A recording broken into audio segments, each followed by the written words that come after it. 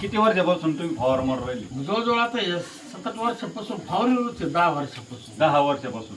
याच्या आधी काय फवारे वगैरे नाही, काहीच फवारीच नव्हते? नव्हती. पाहू शकता शेतकरी मित्रांनो, या ठिकाणी जशा हरित क्रांती झाली आणि हरित क्रांती झाल्यानंतर या ठिकाणी रासायनिक खतांचा भडीमार झाला आणि त्यामुळे या ठिकाणी शेतकरी मित्राला पूर्वी औषधाचा खर्च नव्हता, कोणत्याही बियाणं घेण्याचा खर्च नव्हता. ते घरचंच वापरायचं. आता तुम्ही सांगा तुमच्या काळात म्हणजे बियाणं कोणतं होतं तुम्हाला? बियाणं घरचंच घेऊन बियाणाला कसल्याही प्रकारचा खर्च नव्हता. नमस्कार, मी तनपुरे गोरक्षनाथ, नित्य अहिल्यानगर. तर आता मी पाणी फाउंडेशनचं प्रशिक्षण घेतल्याच्या नंतर आमच्या शेतीमध्ये आमूलाग्र बदल केला आणि त्याचा फायदा आम्हाला मागच्या वर्षी झाला आणि आता हे वर्षी होत आहे.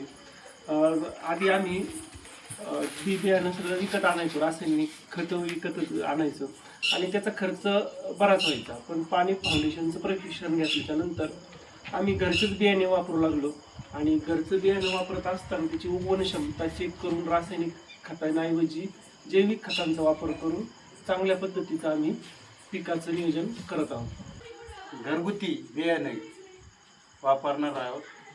या तुरीचं आम्ही असं ठरवलं आहे की घरचं बियाणं आणि आपल्याला मार्केटमध्ये दुकानामध्ये जे बियाणं भेटतंय या दोन्ही बियाणांची आम्ही उगवण क्षमता चेक करणार आणि उगवण क्षमता चेक केल्याच्या नंतर मग आमच्या घरच्या बियाणाची उगवण क्षमता जर चांगली आली तर ह्यावेळेस आम्ही आमचं घरचंच बियाणं त्याच्यावरती बीज प्रक्रिया करून मग त्याचीच पेरणी आम्ही शेतामध्ये करणार आहोत. मी सचिन भाऊसाहेब पुंड, रामायण सेंद्रिय शेतीचा एक सदस्य आहे. तर आम्ही आता एक तुरीचं एक चांगलं वाण निवडलेलं आहे, बीडीएन. आपलं जुनंच बी आहे ते, पण नवीन बी आणण्यापेक्षा आम्ही खर्च कमी करायचा प्रयत्न करतो. मी रासायनिक खतांचा वापर कमी करून जैविक निर्विष्टान जास्त वापर करून भरघोस उत्पन्न काढण्याचा प्रयत्न करणार आहोत.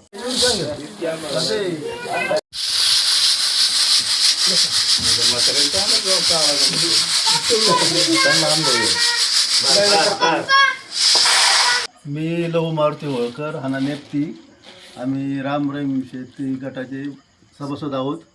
आम्ही 5 किलो बियाणे चाळून घेतले, गोणीतून घेतले आणि त्यातले चाळण करून निम्म बाजूला काढलं, खराब बाजूला काढलं, चांगलं बाजूला काढलं आणि खराब बाजूला काढलं आणि याची आम्ही पेरणी करणार आहोत.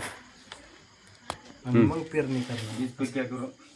पाणी फाउंडेशननी सांगितल्याप्रमाणे आम्ही त्याची बेच प्रक्रिया करून नंतर ही पेरणी करणार आहोत.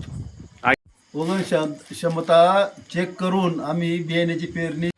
नमस्कार मित्रांनो, आमचा गाव नेप्ती, तालुका जिल्हा अहिल्यानगर, राज्य महाराष्ट्र.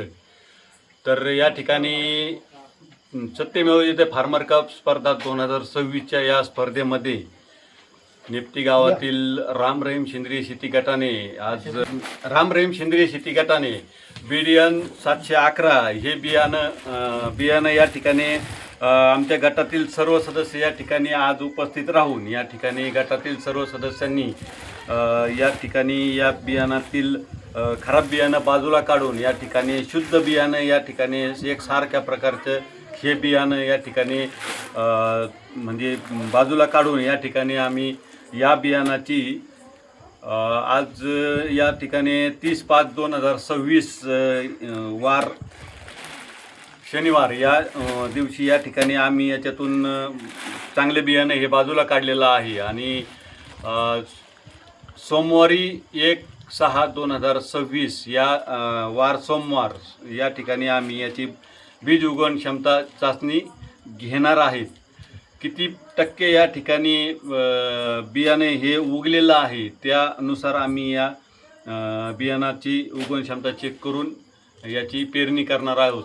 त्याने आम्हाला पाणी फाउंडेशनने शिकवलेलं आहे तर त्या SOPचा तंतोतंत पालन करून या ठिकाणी जशा पद्धतीने रासायनिक खतांचा कमी वापर करणार आणि जैविक निविष्ठांचा वापर आम्ही या ठिकाणी या रामरहीम सेंद्रिय शेती गट करणार आहे आणि याच्यातून आम्ही दाखवून देणार आहेत की आम्ही घरगुती बियाणात देखील बियाणात देखील तेवढी क्षमता उत्पादन घेण्याची आहे.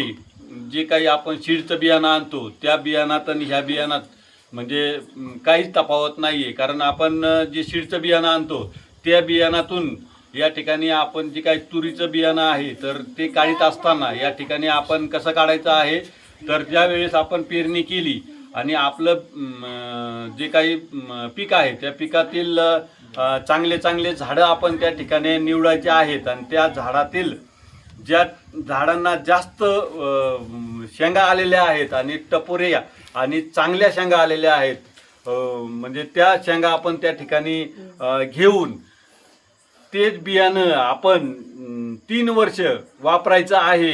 जेणेकरून आपला जे काही बियाणाचा खर्च हा दरवर्षी वाढत आहे. शेती शेती करूयात आपण शेती